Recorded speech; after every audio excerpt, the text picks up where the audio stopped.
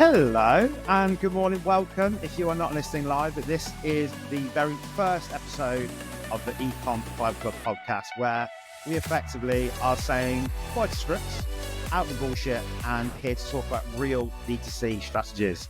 And what we're going to do today is we are about to talk about social media's role in e-commerce, because at the start of the year, when we are thinking about obviously our planned social media, I imagine it's going to be a big factor of what you guys are thinking about. So today, I'm absolutely chuffed to bits that we have got Sam and Julian from Bats London in the hot seat. And he said sheet them, but there we go. And we are going to be thinking today about a very broad range of topics, which include smash windows, celeb endorsements, and suits so good that even burglars steal them. So there we go. All right, ready for Julian and Sam. How's it going, guys? Good morning. Morning, gang. How are you? Thanks so much for joining us on our first podcast, guys. Not at all. Feel privileged to be the first ones. I mean, you're fucking brave, guys. Let's face it. Yeah, well, hopefully it all goes to plan, mate. Fingers crossed. I think Sam's lucky enough that he's had the opportunity to speak at the Ecom Collab Club in London before. So, and just yesterday, huh, Sam? Yeah, that's right. Always a great event. You guys should be proud of yourselves. Cheers. Thanks, mate. Right, Sam, we're going to kick things off with you. Give us the 60-second highlight reel. How do you and Julian go from idea to dressing room? I need more than 60 seconds, but I'll do my best. So June and I met at university, playing rugby and nights out and socialising and whatnot. We then both went our separate ways, both worked for startups. I then had an idea for a casual suit.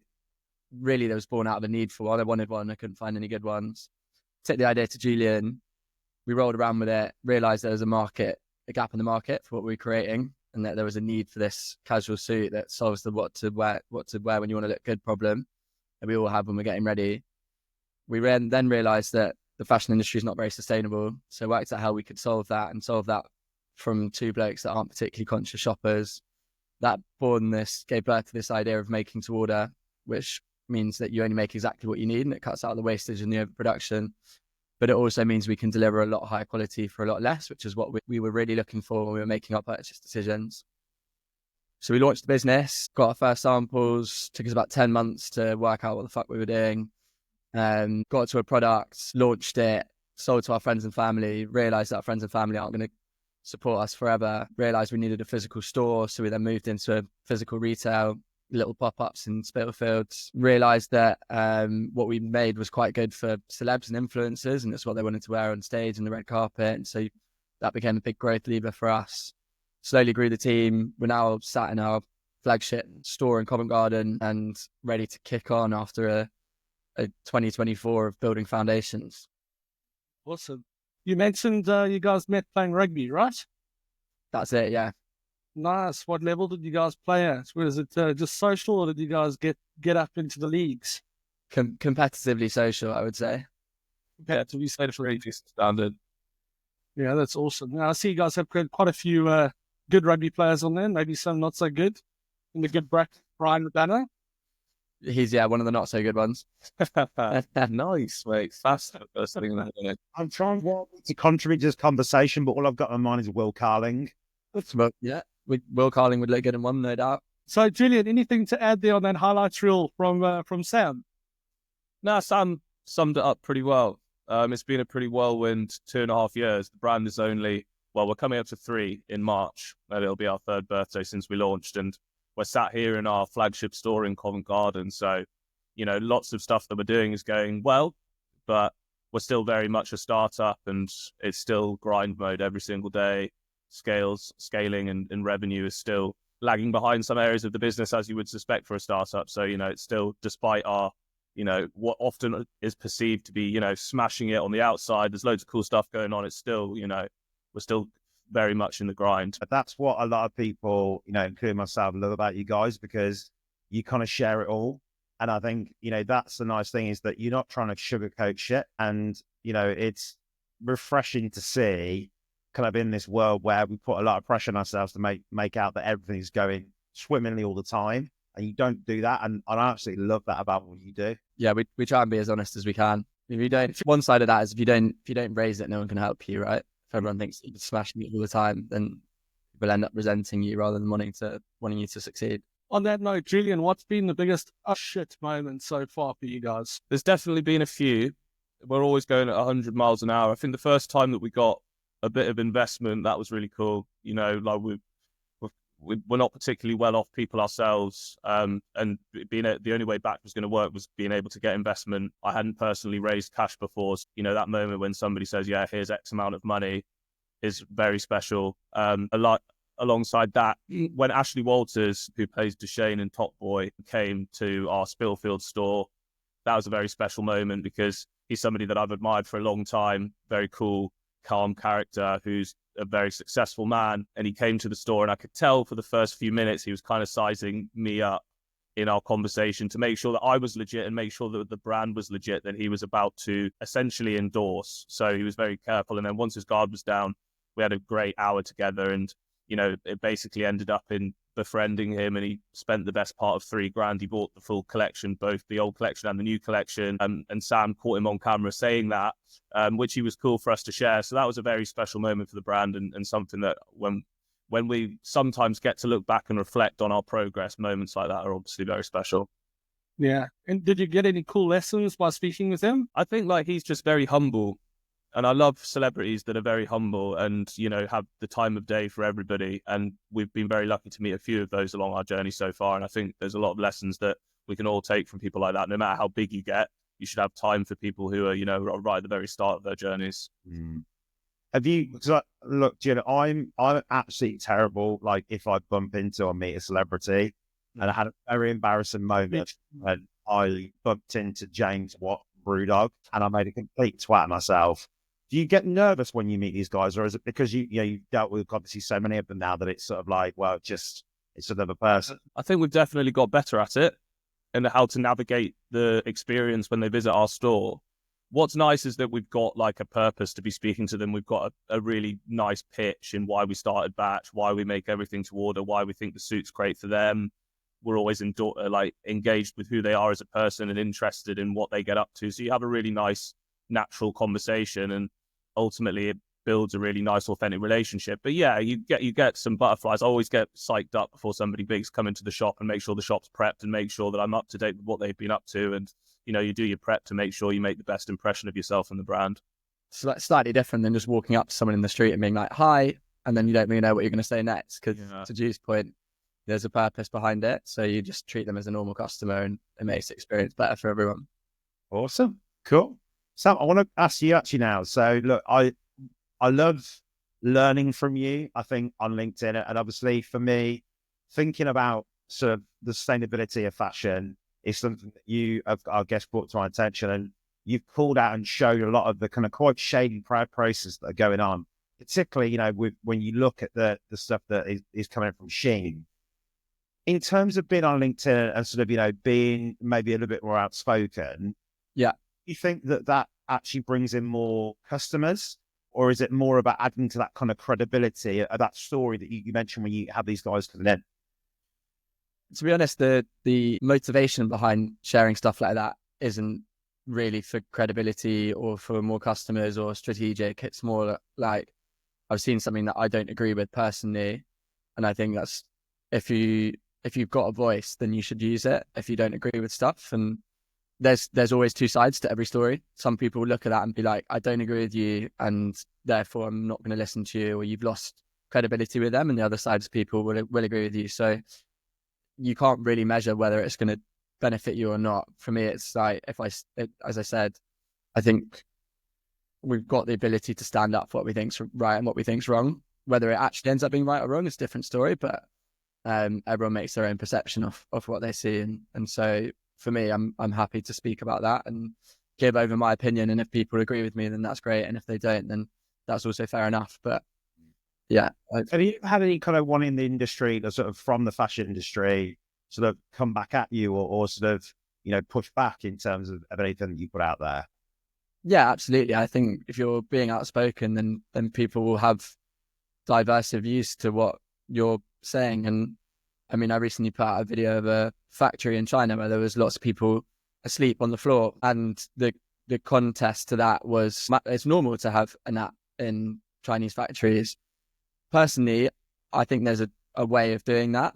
I think have rest areas if that's part of the culture, but I'd also challenge why that's part of the culture, why people aren't just working normal 8-hour shifts and then sleeping at home. I appreciate there's different cultures around the world, but yeah, for me, having people strewn across the floor wouldn't make for a nice, healthy employee environment, factory environment. So yeah, I don't agree with that, but people have slightly different views. I think it's important to point out as well that we understand that that's a very extreme example of how conditions can be in third world countries, and we just use it as a way of driving awareness to the problem, that there is a lot of problems, but we also are aware that there's a lot of factories in the middle and in China and further east that are incredibly well run. In my previous job as working for Oddballs, we did all of our business out in China. And we have fantastic factories and brilliant relationships, and they're all audited incredibly well. So, it's an example of how bad it can get, and we're a zero waste fashion brand, and it's important to use pieces of information like that to our advantage. Of course, it's marketing at the end of the day, but we're also aware of like the bigger picture and the spectrum, as so to speak. I mean, I think, and that's the thing, and it is about sort of putting a spotlight on some of these things that aren't necessarily talked about. And I think, for me, it adds credibility to you guys, and it shows that that's purpose there. I think the other thing though, Ginny, is just like, do you ever worry sometimes, like maybe, Sam has put something out there. Do you ever kind of get those pangs of like, oh shit, should have we talked about that? I think it goes, I've probably said some stuff that I shouldn't have said, or brushed over things that needed more attention, and vice versa. We're going to make mistakes or things that people perceive as mistakes. All we can be is, honest and open and transparent and willing to accept when we've been wrong, ultimately. I don't have any regret for any of that. I think it's like, if you don't use your voice for what you believe is right, then what's the point in having a voice? Right. And it opens up healthy debate and gives more perspective and makes people think more deeply about these topics, which without using your voice don't get spoken about. So I would rather have the healthy debate, have someone correct me if they think differently, and then the conversation started, and we're all a bit more conscious of what we're doing, why we're doing it, where we're shopping, why we're shopping in that way, rather than just ignoring the problem. Like, the problem is there. If we try and pretend that fast fashion isn't an issue, then we're all lying to ourselves. And there's hundreds of stats that back up these points. So yeah, I feel quite strongly about it personally. No, that's great. And I think, it's nice to kind of, again, sort of have that transparency in terms of what you believe and not. I think sometimes we can see it, and I've seen it personally as well, where you meet sort of a brand founder in real life and you hear them talking, sort of face to face with someone, and then what they then do on social is really opposite. And it's almost this like bipolar personality that you see online versus real life. And I think, look, I can vouch, you guys haven't met you guys in person.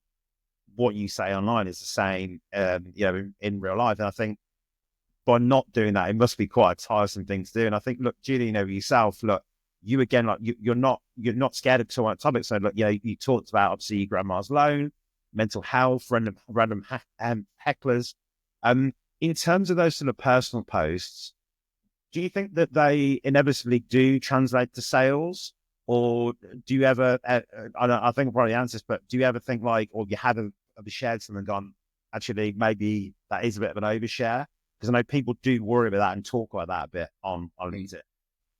No, I think both Sam and I definitely toe the line in terms of what we choose to share and not choose to share about our personal lives. Appreciate a lot of that's on LinkedIn. I kind of have a different persona and life on, like, for example, my personal Instagram versus LinkedIn, because people are willing to listen, read, and engage more on LinkedIn. I'm a very emotive person, and I work off like emotion rather than necessarily like less analytical, more emotive. I think it's important to be able to share your honest opinions and the way you're feeling about things on LinkedIn. People relate to honesty and can reason with it a lot better than some posts. So I don't talk too much about business or marketing or strategy, because those are the sort of posts that I don't necessarily look for and relate to. So I think, yeah, to be honest, it has directly correlated to sales, and I'm not doing it to create sales. I'm doing it to paint a picture of who I am as a person, so people can follow along with our journey. People come to the shop and cite that they know us off LinkedIn, which is wild, and feel like they know us, and they know the real true us, and we're just being real honest people on there. So yeah, it certainly works to our advantage.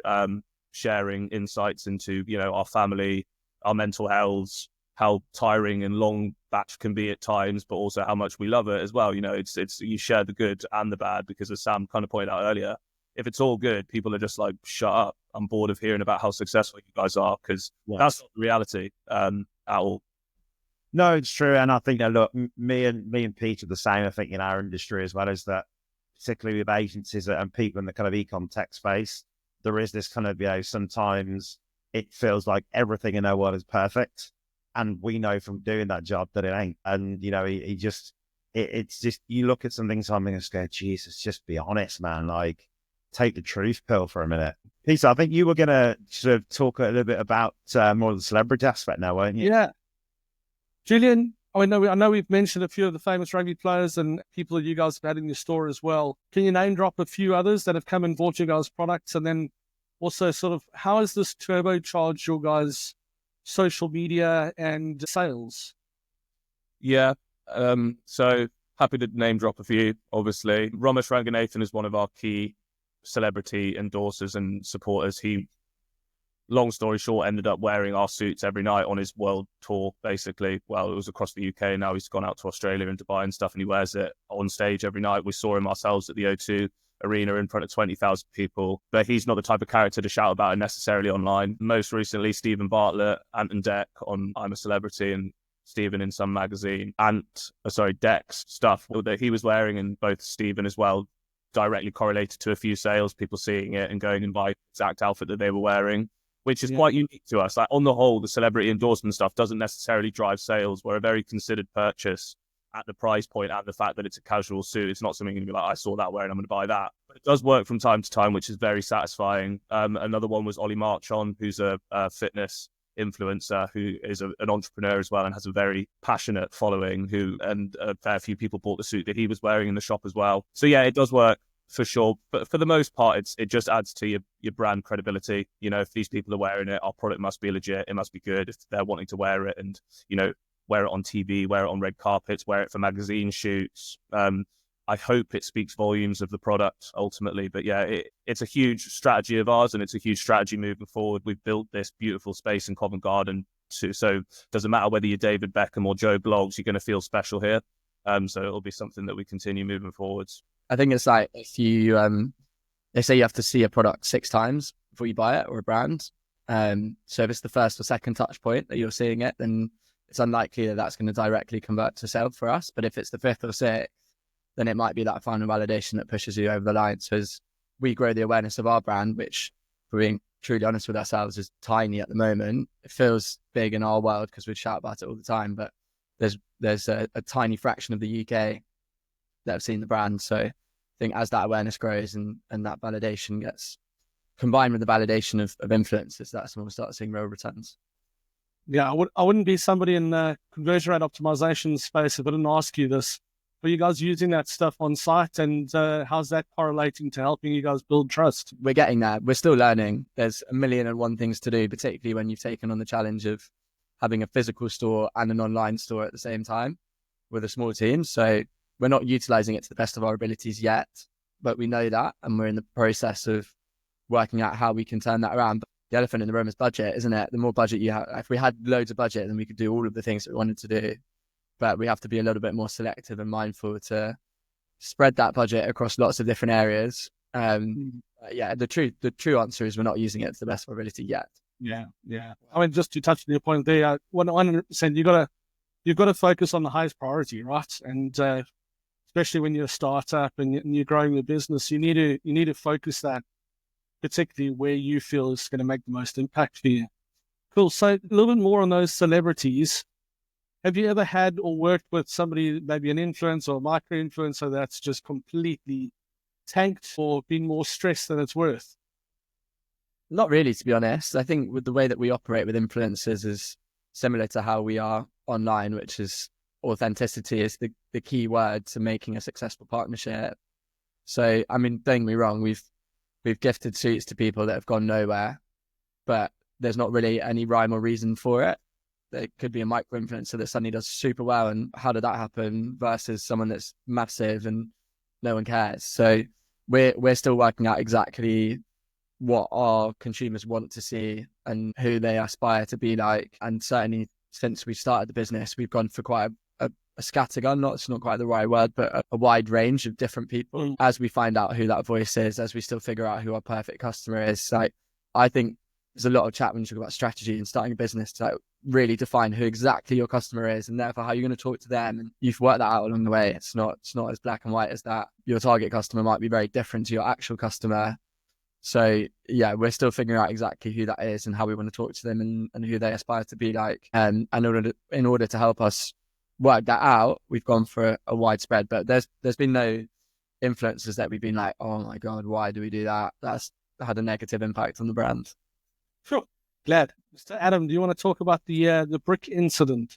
Yeah, I mean, look, we spoke about this yesterday, Sam, when you were on stage at obviously Ecom Collab Club. And obviously some people might not know that there was an incident last year where basically your window got smashed in, you had suits nicked, and then you did some sort of series of LinkedIn posts, and there was kind of a campaign, so to speak, around it. I think probably what's best is, rather than me absolutely butcher what the story is, you can probably tell it a lot better than me. But I guess the question for me is, like, in terms of then, when you told that story, did it end up actually overall being a positive, or was it still an absolute nightmare? So yeah, I'll hand it over to you, Sam, to tell everyone about that. Yeah, I mean, it's two sides of the same coin. On one side, it was a nightmare. So story was, I get a call. Was it mid-October? About mid-October. And we were right at the point. We just hired a new team. We just released a new brand. We were trying to release a new collection. We're trying to move shops. We were at this sort of bottleneck of lots of different things happening at the same time. And I got a call at 5 a.m. that I missed, and then another call at 7 a.m. saying, your window's been smashed. And that was all the information I got. So I called Julian, tell him this happened. We're then starting to freak out at this point because you obviously catastrophize what that might be and what's actually happened.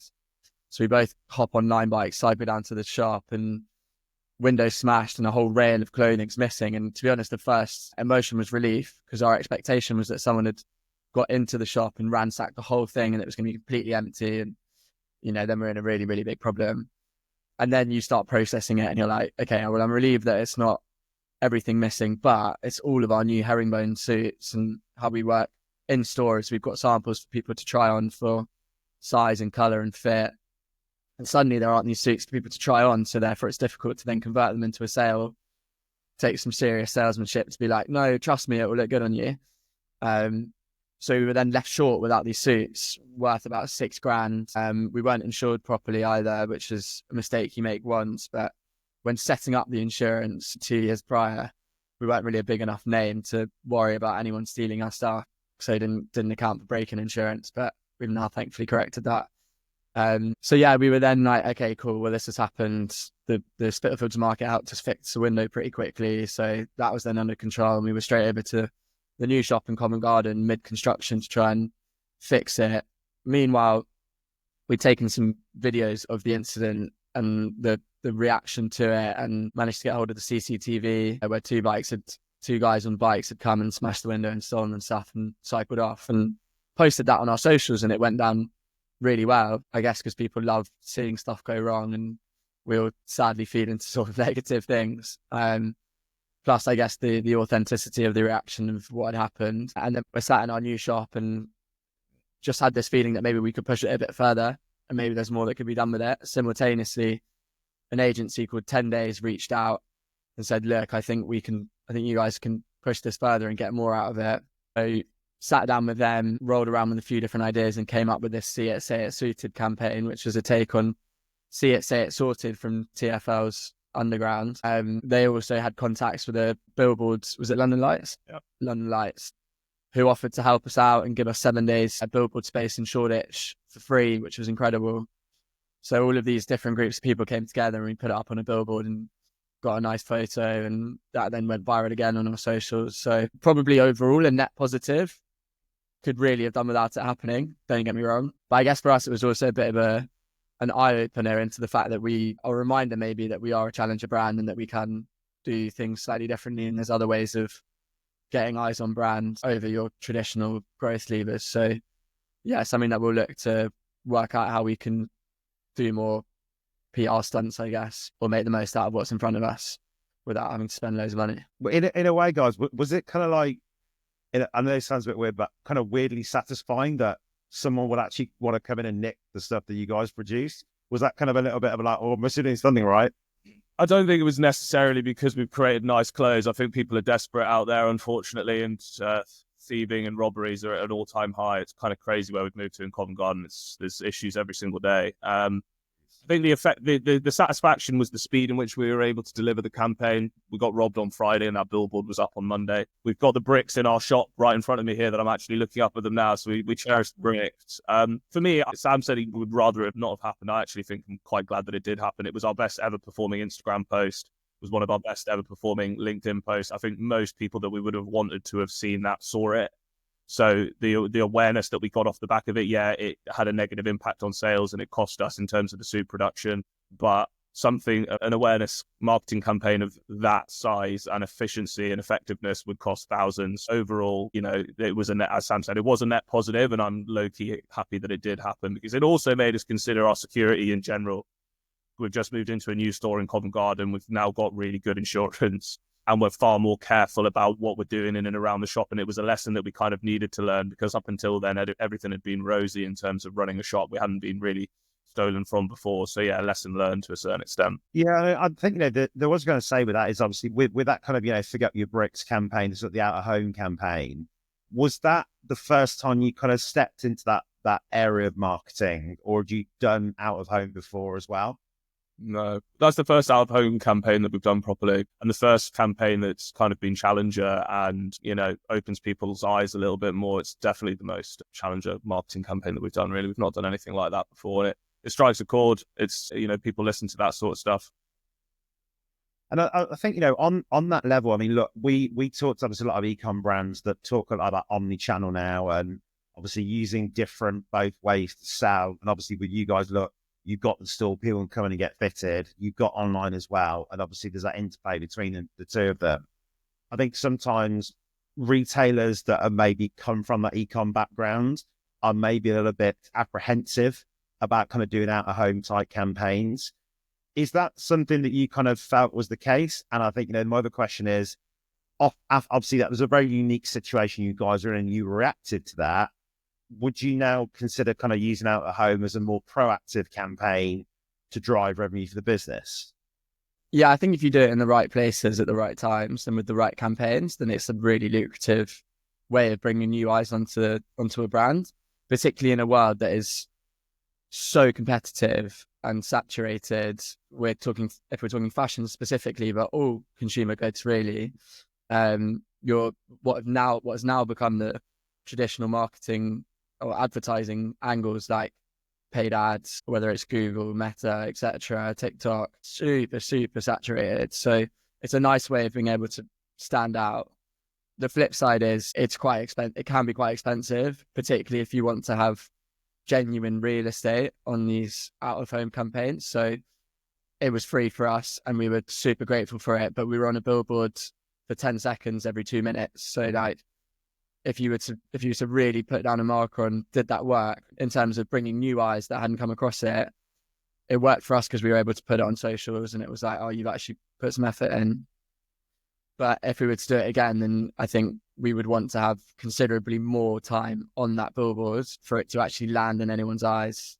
It's like the chance of you driving past at the right time and looking up and being caught by the message and reading it is quite slim. So then you have to be smart with how you're doing it and why you're doing it and what the campaign is. And you've got to stand out. Otherwise, what's the point? Sure. But yeah, and sorry, it's a very long-winded answer to your question. It's definitely something that we'll consider doing more of out of home, particularly as we come up, hopefully, with some more challenger ideas. I've enjoyed Lucky Saints one. Shout out Lucky Saints, to be fair. The Drink Religiously or whatever it is, one that's out at the moment. Yeah, if you're going to put stuff up on a billboard and spend that much money, the marketing needs to be shit hot. Otherwise, don't bother. Yeah, absolutely. And I think there's always this kind of debate, isn't it, about sort of and again, coming from an ecom background, trying to make sure you've got attribution, for a campaign. And I think, like you say, in that particular situation, it's either got to be something that is going to stand out across everyone else, and has an element of shock or surprise to it, if it's going to be something that is worthwhile, like you say, spending quite a significant amount of cash with. I think there's a difference between, are you looking to just sell goods, buy and sell goods, or are you looking to build a brand? If you're looking to buy and sell goods, then doing a big out-of-home campaign is probably not the quickest and easiest and highest return on ad spend. But if you are trying to build a brand, then it's a great way of winning hearts and minds, because you can do stuff that's clever, that people look at that and they're like, actually really respect that, really rate that. To Drew's point, shout out, like you're saying, for their campaign, where you look at that and you're like, that's really clever. I like that brand. I want to be part of that journey. I aspire to be in their community, versus like, they probably spent the same amount of money on paid social with a high converting ad that drives you to the shop to check out. You know, they're not comparable in that way. So I think it just depends really on what you're looking to achieve, what your goals are. Sure. Sam, so changing lanes slightly here, and I know we've spoken quite a bit about your guys' brick-and-mortar store. How is the brick-and-mortar store playing into your guys' social strategy, and how's it helping with you guys with generating content for social? Yeah, I think we've got two sides. One side is our online store doesn't convert very well because of what we sell. It's a product, one, that suits, if we use that phrase, is something that you want to touch, feel and try. So with the product range that we've got at the moment, and two, it's made to order, so you want to make sure you've got the right size. So converting online has been more difficult for us. Most of our online, or a lot of our online conversions come from second, third, fourth purchases. Whereas in store, we've got a really high conversion rate. It's up at around 70% of people that try on a suit will go on to buy it. So we invested in physical retail. We wanted to have a really high spec fit out, one, from an experience perspective, but two, to your point, because it allows us to validate ourselves, make good content, build that trust behind the brand that ultimately will help people check out online, because they can see what we're doing. Let's say you can't make it down to the shop. Over time, you build up that trust from reviews and validation. People know that they're going to buy something that's going to arrive, or if it doesn't arrive, they know where to come knocking. So we're using the physical retail, like long term, if we want to get to the scale that we want to get to, if we want to grow this brand to the aspirations of being the go-to global made-to-order brand, which is where we want to be, online needs to be much more supportive than it is at the moment of physical retail. But physical retail is our way of establishing ourselves, of building that validation, of building that trust. And so, yeah, we spent a lot of money on, well, we spent less than we should have, but more than we wanted to on building out this shop. Yeah.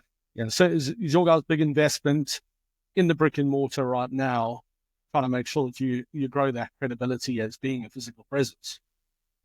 Yeah, and also we're here for 10 years, so we overspent.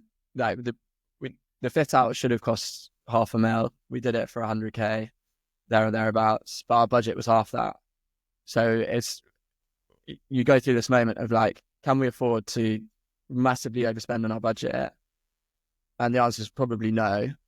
But then you're here for 10 years, so you go back to that concept of do it once, do it right, which is what we're sort of shouting about in the fashion space of like, buy better and you'll only have to buy once, rather than buying cheap crap that falls apart and you have to start again. So feeding into that idea of like, let's do it right once, and then we don't have to worry about it for the next 10 years. And hopefully that pays off long term, but we'll find out. Julian, Sam mentioned the conversion rate of the brick and mortar, 70%, 7 out of 10 people that try on a suit, buy a suit. I mean, that's, you know, if we're looking at online, that's crazy metrics. You can never sort of hope for a 70% conversion rate. That's just not going to happen. I think you're getting most of the time 50% bouncing. What have you guys tried to try and replicate that success of once you've got somebody interested in the product and looking online at your product? What strategies have you guys tried? Have you tried any like live shopping, live demos, anything like that?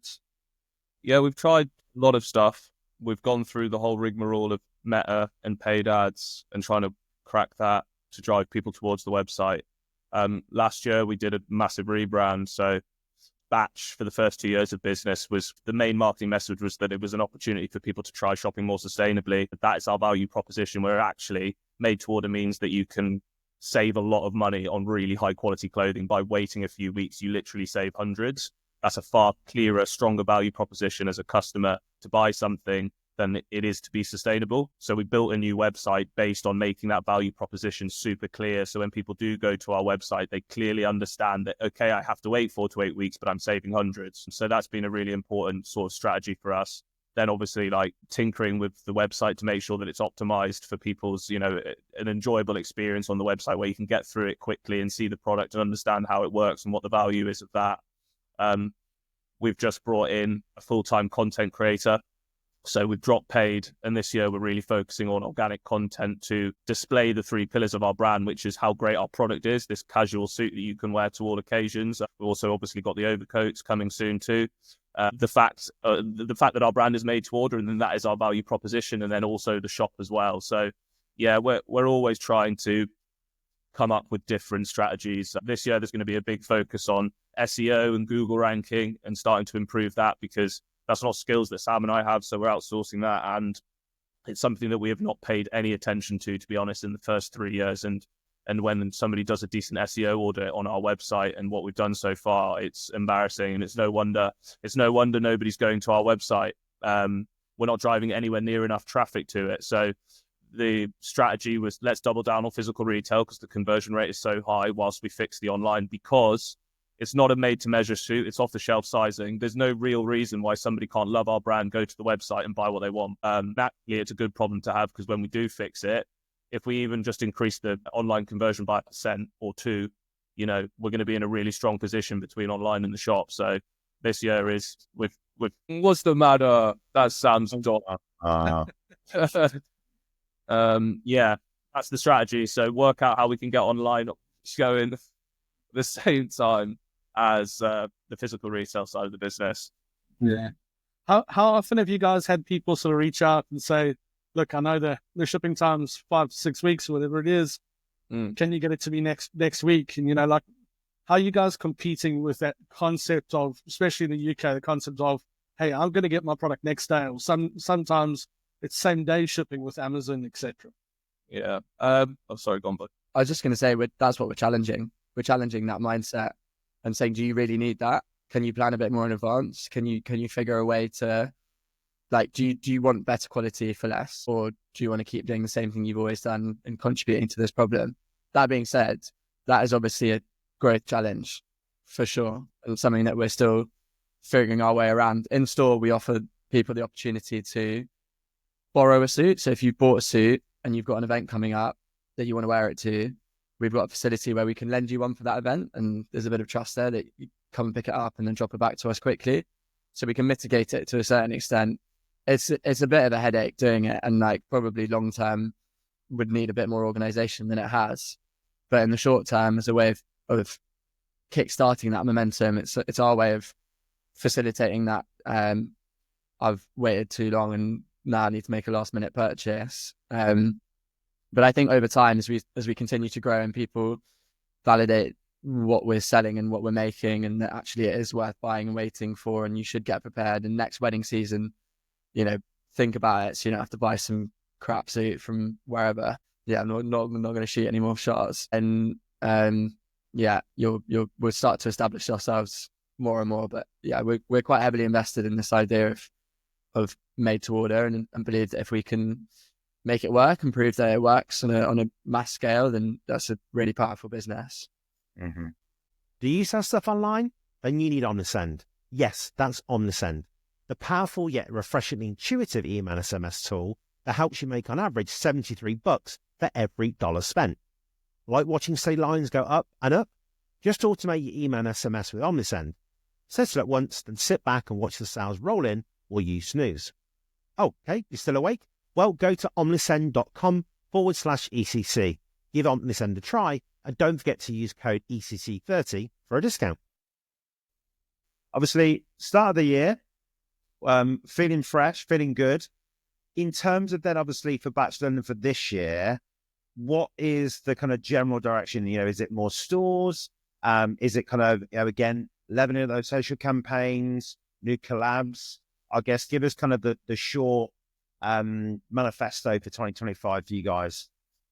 So 2024 was an enormous year for us of building foundations. We We rebranded, we moved shops 3 times, I think, but finally to a permanent store. We've grown the team from 3 to 6. So we built a new website that we've just done loads of foundation laying, and 2025 is about consolidating. So we've got 2 key major issues, which are actually probably the best problems you can have because they're very solvable, which is driving traffic to the shop and driving traffic to the online store, so the physical store and the online store. So those are our 2 key goals for 2025, drive traffic and build on those foundations that we've laid. We're still in the process of building out what our longer term strategy beyond that is. And there's a few different ways to go with it. But before we get to that, we want to perfect how this shop works. So we've got a playbook for when we do eventually build more stores, whether that's more across London, more across the UK or internationally. And also to work out how we can continue to develop our online store. And to Drew's point, what we sell, you can buy and check out with, but we need to work out how we market it and build that trust and validation that people can go and do that. And they will get something that fits them well, that they're very happy with. So a year of consolidation for us, I think.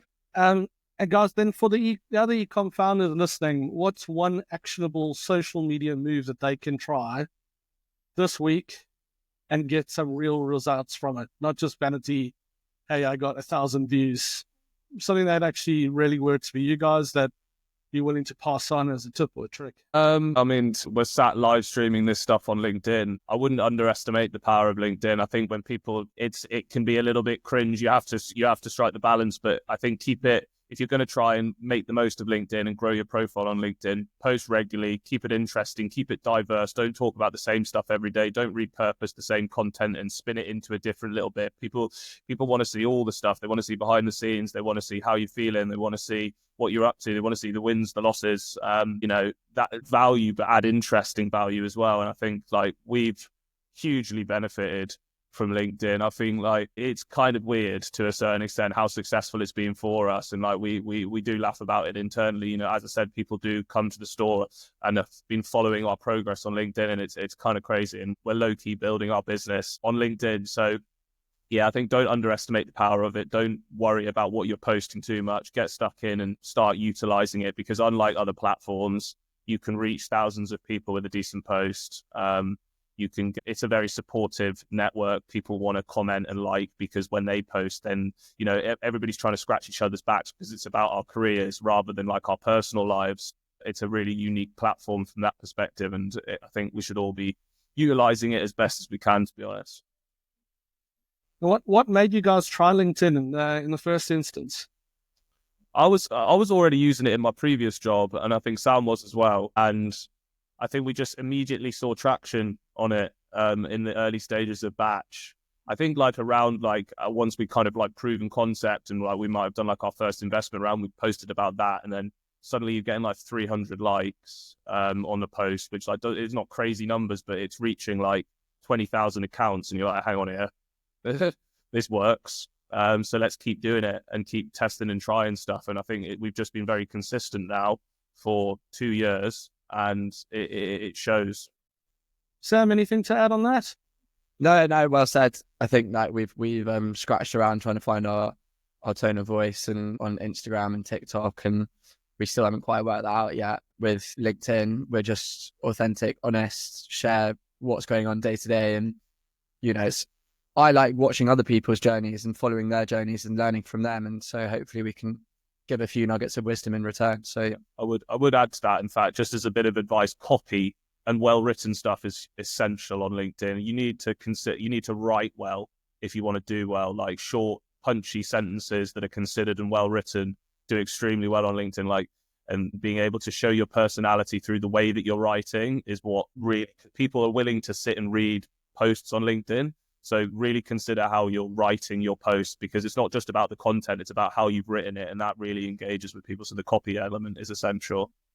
Yeah. I think, Sam, was it you yesterday? You posted about Shein 6,000 SKUs. Was it a month, a day, a year? a day. Geez, I mean, like that was like what I'm trying to say is that was the polarizing statement that sort of hooked everybody in, and it was just like, I even think to myself, 6,000 a year is just mental, and that's a day. That's like, So I think, yes, you got I think it was worth challenging. It's at least worth being aware of whether you agree that that's a good thing or a bad thing. Yeah. Yeah. I think it's a bad thing. Yeah. No, 100% agree with you there, mate. Guys, we have a few questions from the live audience. The first one there is from Alice Brown. How did you guys finance your business before you started selling to the public? And then she's put another little comment, says, okay, product development and validation and concept, etc. So we put our savings together between the two of us and then took a 7.5k loan from Julian's granny and a 7.5k loan from my dad, which we're very, very fortunate to be able to do. I think that's not worth understating, that that's a position of privilege that you can do that. We amassed about 50k total, which sounds like a lot of money, but when you're in a business or starting a business, it can actually go that well. It's not very much money at all, as you guys will know yourselves. So yeah, we spread that as far as we could, but managed to allow that to build a brand, build the product, do the initial samples. But starting a business in the fashion industry is actually quite expensive to get through the sampling process. Probably not relative to some other industries, but it felt expensive at the time. And we invested quite heavily in brand to begin with. Fashion, you can't patent, you can trademark a brand, but you can't patent an item of clothing. So brand has to be strong. We invested in that quite heavily from the start. Yeah. Because I think, guys, when you raised your seed round, that was oversubscribed, wasn't it, as well? Yeah, it was. We were quite lucky, especially as we're in fashion and retail, which is two things that investors tend to avoid with a barge pole. But we're doing it slightly differently. So I think there's some level of mitigation of the risk of holding stock and et cetera, et cetera. So yeah, we raised from customers, influencers, and people that know, a few people that know what they're talking about. Awesome. Well, guys, next question is from Riri. Will you guys double down on rental side of the business, presuming the brick and mortar side? And do you think that might lead to more footfall, both online and offline? Probably not is the answer in the short term. I do think that like rental businesses that do have legs, there are some good ones out there. For us to be able to operate it effectively, it would require us buying a lot of stock, and then the management that would take internally would be a real headache. We do it on a very small scale at the moment, and it works for us nicely. But yeah, as I said, I think it has potential, but I think short term, just focusing on converting customers is where our head is at, rather than necessarily renting out our products. Despite it being a very sustainable way of running clothing business, but it does present a lot of operational headaches that we would probably just rather avoid at this moment in time. Awesome. And then we've got one final one there for you guys. Yes. Adam wrote this one. It's quite interesting. It's a bit of feedback we get a lot. It's like, oh, I'm not cool enough for that, or too old to wear that, or whatever. But in reality, we've created something that looks good on almost everyone, like 99% of people. So yeah, we do. And that's a key marketing challenge for us moving forward, is how do we, I don't know, I guess, combat those questions before they're asked. So you can look at it and be like, it's very difficult when you're starting a fashion brand, particularly because you want to put your suits on very good looking models. So you've got that aspirational aspect in it. But the counter to that is people look at that and they're like, well, he looks great, but I'm not 6 foot sub-5 and chiseled and dark skinned. So like, am I going to look good in that? So yeah, it's definitely something that we're working out how we can challenge and create content that appeals to everyone. But I think definitely recently, guys, because I love what you guys do, and I follow you a lot, and I think certainly recently, with the combination of obviously the most recent autumn winter shoot you did, with the fact that obviously then you have some of the celebrities sort of who are wearing it are sort of varying in ages more now, and body shape and skin tones, and then equally as well then with some of kind of sort of this I guess sort of non-celebrity customers you've got, you're showing more diversity. And I think it's the great thing about your suits is that they are very diverse in terms of how you can wear them, what you can wear them for, how you can style them, but equally they're matching that then obviously with the different type of customers wearing. I think I've definitely seen a big progression in that, guys. So I think hats off to you. I think we have another question actually. So I don't move up. Oh, one more. No, I've got it, Phil. Thanks, Artie. Have you thought about the afterlife of your products, recycling, refurb, resell? We're trying to build products to last a lifetime, to be honest, is our plan in terms of quality and production. we're in the mindset that we don't want to necessarily create clothes that we're trying to like recycle and reuse. That being said, we do offer lifetime free repairs as part of our service, which is, you know, a unique thing that we're able to do. So if anybody has any issues with our suits, they can bring it in and we'll repair them for them, but we don't necessarily have to do that all the time. Do you want to add to that? Yeah, I think it's an interesting question. When we first started, we were looking at what type of material to use, and I'm wearing one of our cotton jackets at the moment, which is 98% cotton and 2% elastane. As soon as you add elastane into the mix, it makes it significantly harder to recycle because you have to strip the elastane away from the cotton before you can recycle it. So we went through this thought process of like, oh, maybe we shouldn't do that because that's not particularly sustainable. But there's two ways of looking at the same problem. And for us, adding the elastane, one, makes it significantly more durable. So on one side, it's going to last for longer, which is essential for a more sustainable planet. But the other side is that it's more comfortable. So you're going to wear it more often. And I read a stat that if you wear an item of clothing on average for 9 months longer, reduces its carbon and water footprint by 40%. So just by wearing clothes for longer, rather than getting into this habit of like new outfit for every new event, we make a significant impact in solving part of the problem that we're trying to solve. So yeah, as Julian said, modus operandi is to create clothes that last for a really, really long time versus create clothes that need to be recycled or refurbished often. Yeah, and it's the conversation around sustainability, especially when you're a startup and a clothing brand, is that you kind of have to pick your battles. We're making everything to order in order to be able to eliminate waste over production dead stock, which is like a hugely sustainable way of running a fashion brand. If you then try and create like 100% organic, recyclable this, da-di-da, that, di-di-di-di-this, you're not going to, your product's going to be weird and very expensive. So yeah, there has to be compromises, especially at this stage of the business. As we continue to grow and develop and have more funding to be able to research the right type of products, to sample more, to try different things, we can definitely look to bring more circularity into our product range. But short term, the big vision for Batch in terms of sustainability is to change our culture of over-consuming clothes and for everybody to consider what they're buying a little bit more ultimately. And this is kind of our angle on sustainability. Yeah. Guys, Oh, sorry, after you, Peter. how you go? I was about to just thank them. Yeah, I mean, look, I think, another thing, I'm not trying to blow smoke at your ass, guys, but honestly, like, what I do love about you guys is that in terms of sustainability, when people think that, they can get a little bit scared of it and feel they need to be 100% focused on it. And I think what you guys have shown us, as a brand and as people, is that you can take smaller steps to get to that point.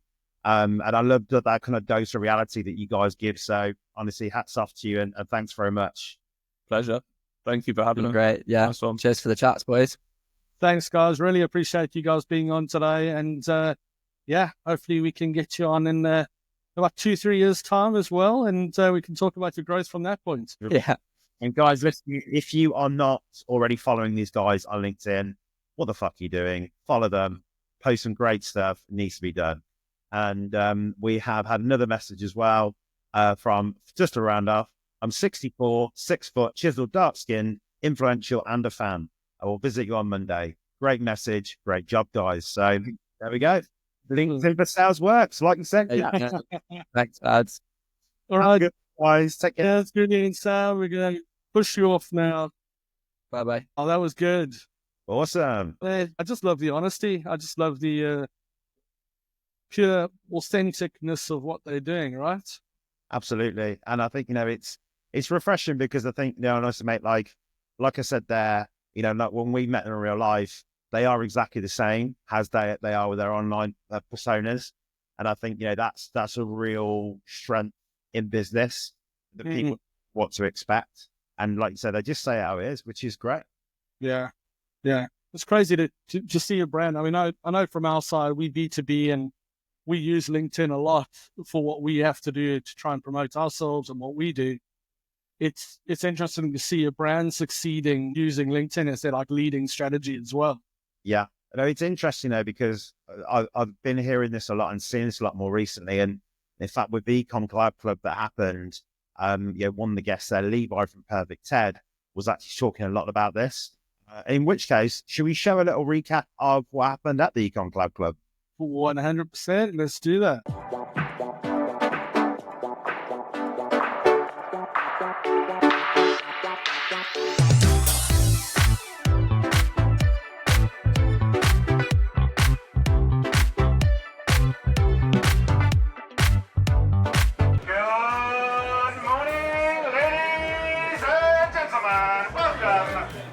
very much on time, Ecom Collab Club. Ecom Collab Club with uber professionalism. I'm really sorry guys, it's been a bit of a fuck up with the cinema and they can't open up for another 10 minutes, so I'm really sorry you're freezing your tits off. It will be worth it.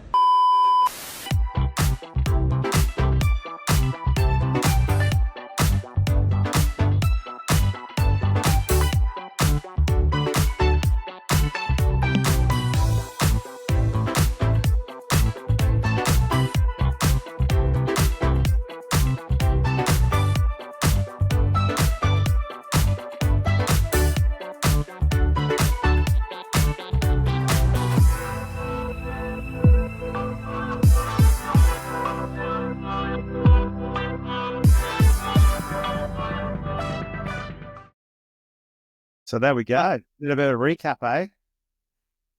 Looks awesome. But walk me through this, mate. What happened? What happened with this delay? Oh, jeez. Obviously, like, Fantastic brick through the window.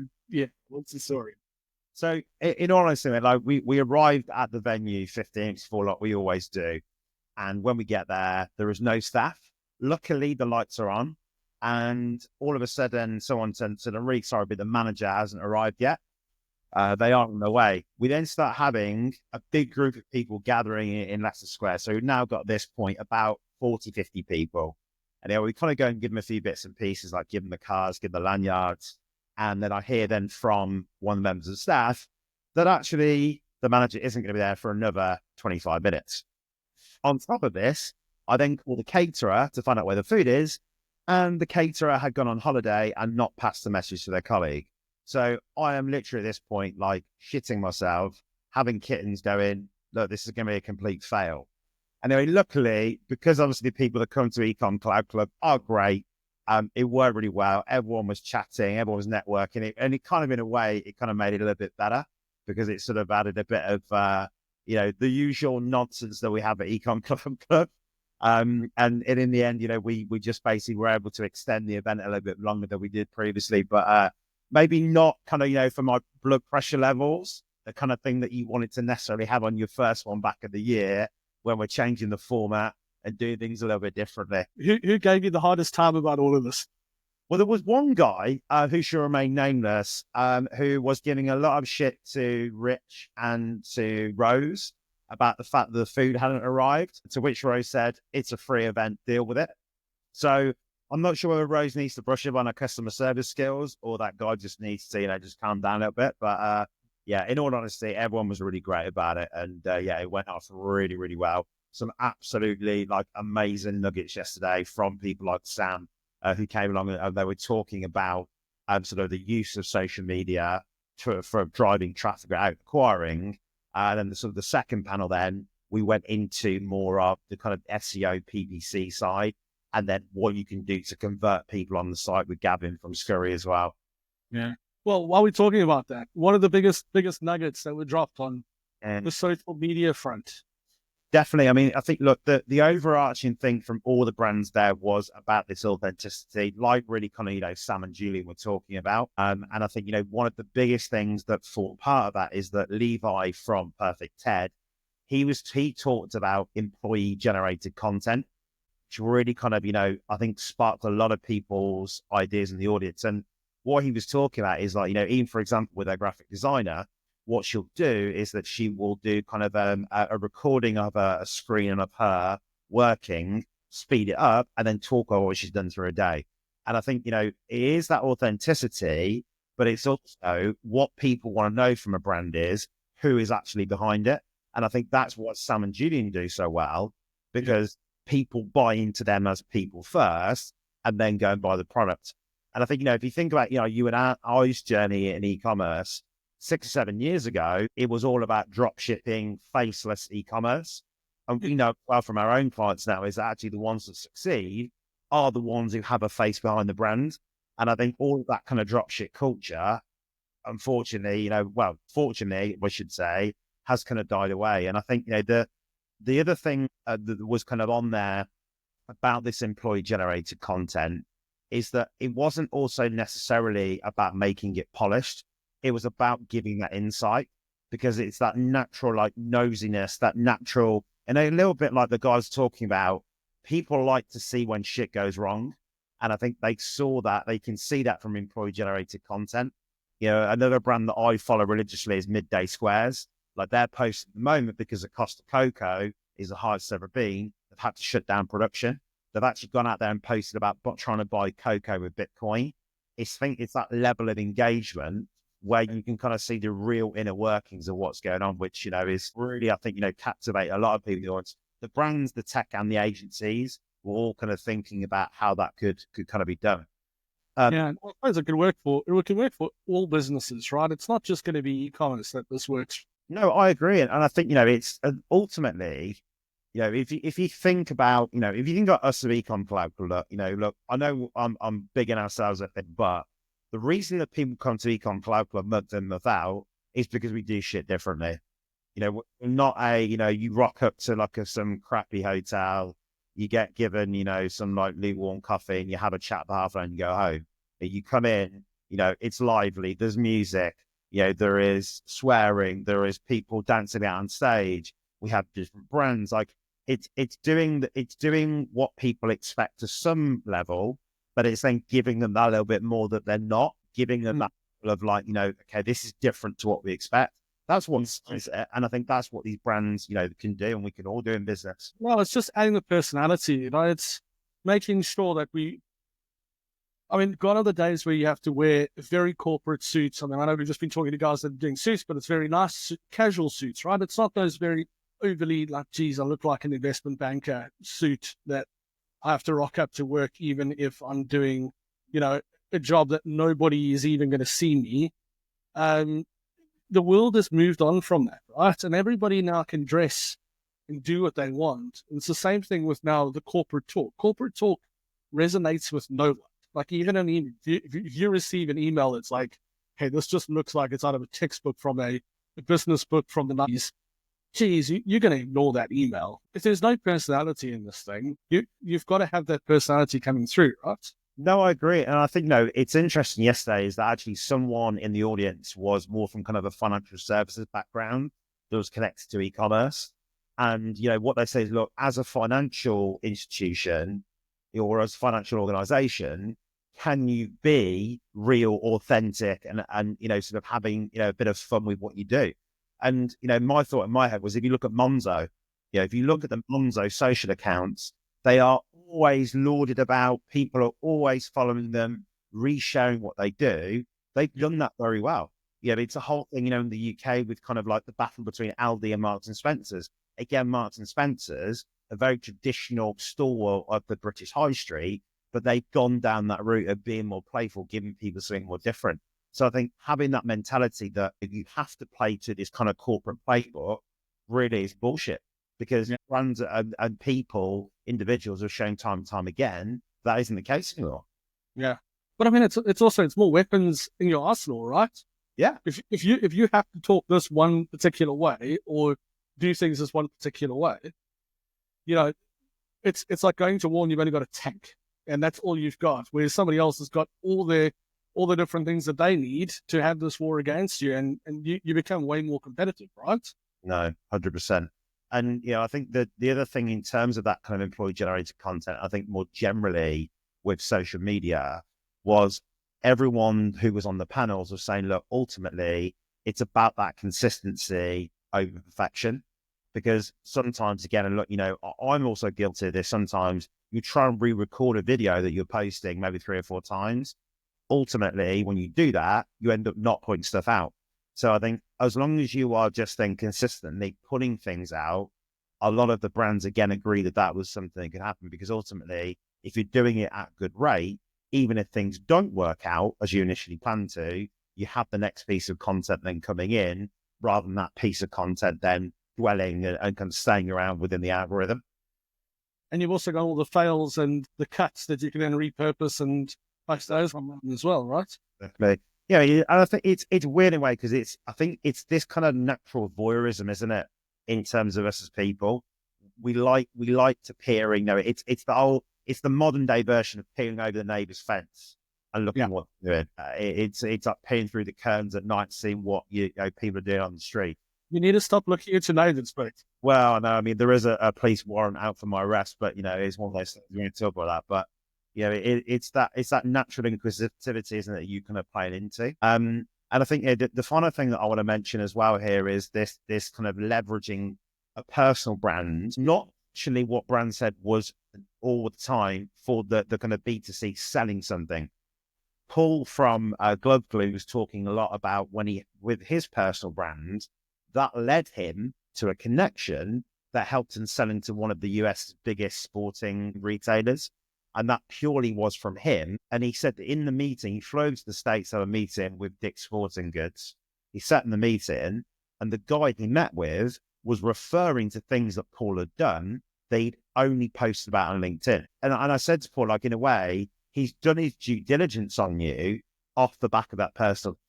So if you're not doing it and you are a business that needs to go out there and you are omni-channel and you need to get those connections at a B2B level, even if you do it from that point of view, why the hell would you not do it?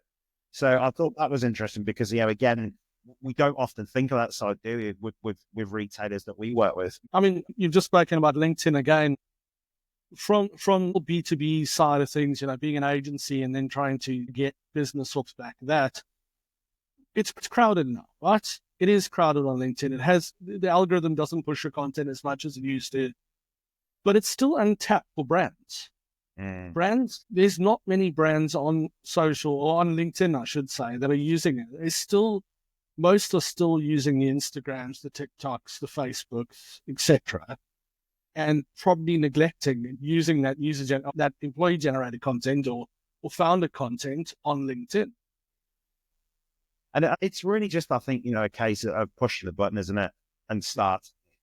Because you can strategize, you can catastrophize, these things that you can do, but you've just got to start pushing the button. And it's what, I think a lot of the nowadays, when people care more about the brand and not maybe kind of buying so much into sort of a large conglomerate, I guess as we would do maybe sort of in the 90s, in now obviously sort of like 2025, people want to hear and see that. So, it's something that people have got to get involved with.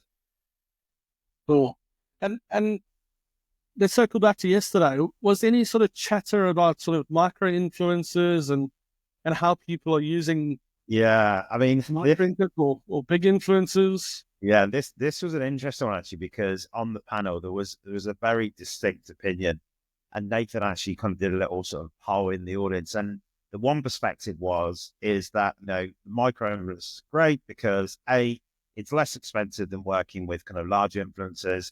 You get your product there out into the market, you get content then generated off the back of it.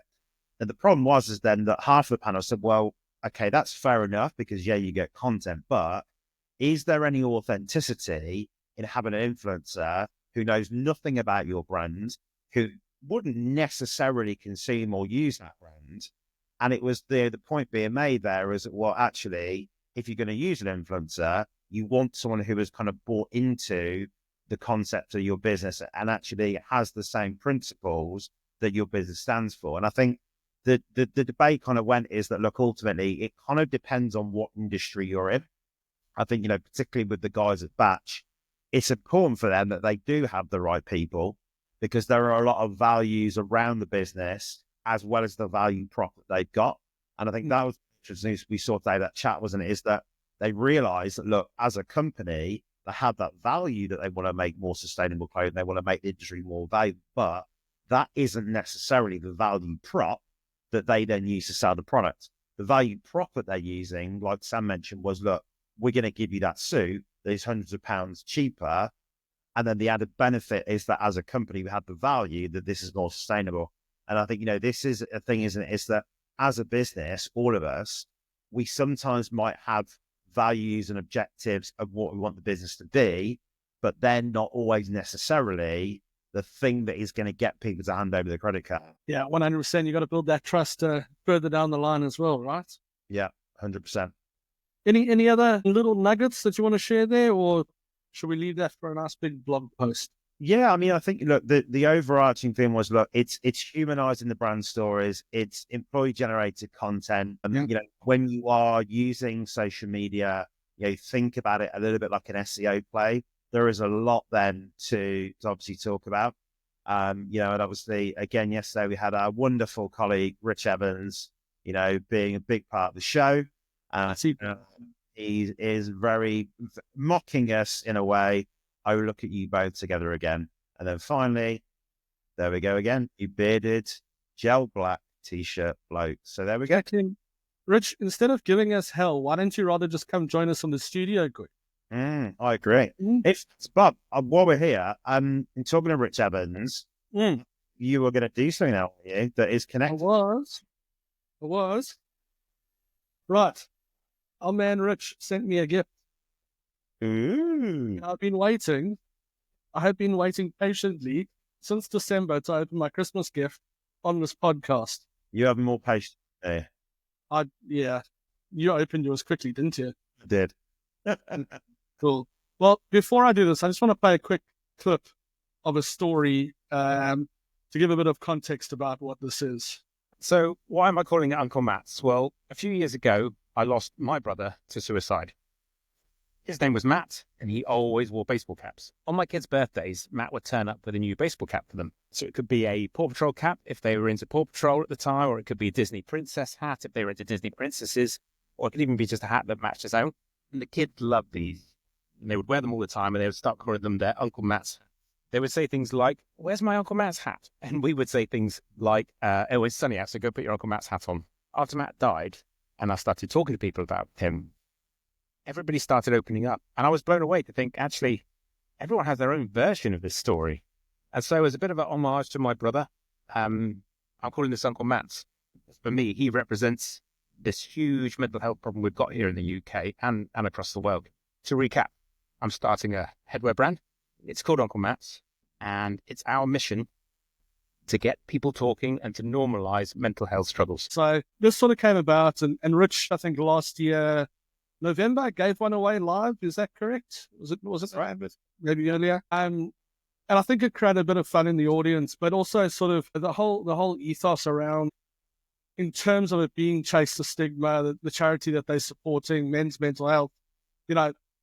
People might know this. Both Adam and I suffer from mental health issues, and we talk about it to each other. Probably not as much as we should. And I know Rich does as well, and Rich is a big advocate for this, and that's obviously why he's got heavily involved in giving people gifts like this. It's really cool.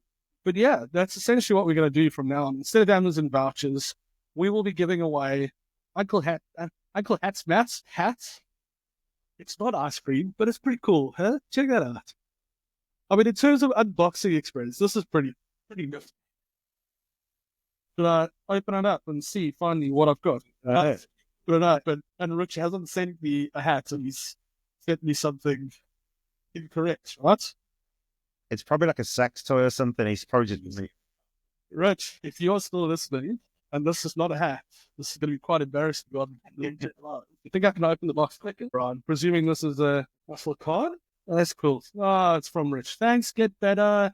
Appropriate name, Rich, for mental health as well. Yours? There you go. There's the ice cream container. Beautiful. Check that out. Does this kind of remind you of anything, Mr. Adam? Oh, yes. There you go. Ecom Collab Club Red. How's it feel? Thanks so much. Fits like a glove. I bet you it didn't fit you too well, though. No, I had to extend it to its base massive capacity. I need to do a little extension. Show the lining as well. The lining is awesome. Yeah, really. Should take that on. Seriously, that is a cool cut. Steve, amazing job, mate. This is really cool. Love the cause, and I'm glad that we're partnering with you guys now to give away some Uncle Matt's hats in the Ecom Collab Club. And guys, we'll make sure as well, if you are listening on the recorded version of this too, that we'll include the links to Uncle Matt's hats. And obviously, those of you who've been listening live, you'll have seen, obviously, we have the URL on the screen. So you can check them out as well. Awesome. All right. So, Adam, you want to close it up for the day? We've taken up too much time, people's time today, I think. Well, I hope not. I mean, look, guys, thank you so much for obviously joining us today. Great to obviously have Sam, Julian from Batch on. And obviously for all of you who are joining as well, listening live, and obviously also listen on the platform of your choice. Do also as well check out the Ecom Collab Club School community. That's where we have about 1,500 members from brands, from tech, from agencies, where you can talk about all the good stuff Ecom Collab Club wise and Ecom in general. The podcast obviously will be back each week, both live and also then going on to Spotify and to Apple Podcasts. And if you're a brand that would like to, as Sam and obviously Julie talked about, get more involved with LinkedIn and create content, we would love to have you on the show. We do have some slots available for 2025 where you can come on and talk with me and Peter exactly about you, about your brand, and about a topic that means something to you. So please do get in touch with either me or Peter on LinkedIn. We'll make sure that we can get you on the show and get that sorted too. And finally, just a massive, massive thank you to our sponsor, Omnisend. If it wasn't obviously for Omnisend, we wouldn't be able to put this on for you guys. So if you do want to go and check out Omnisend, have a look at www.omnisend.com/ECC. Cheers, guys. Have a good one. Thanks so much. Bye now.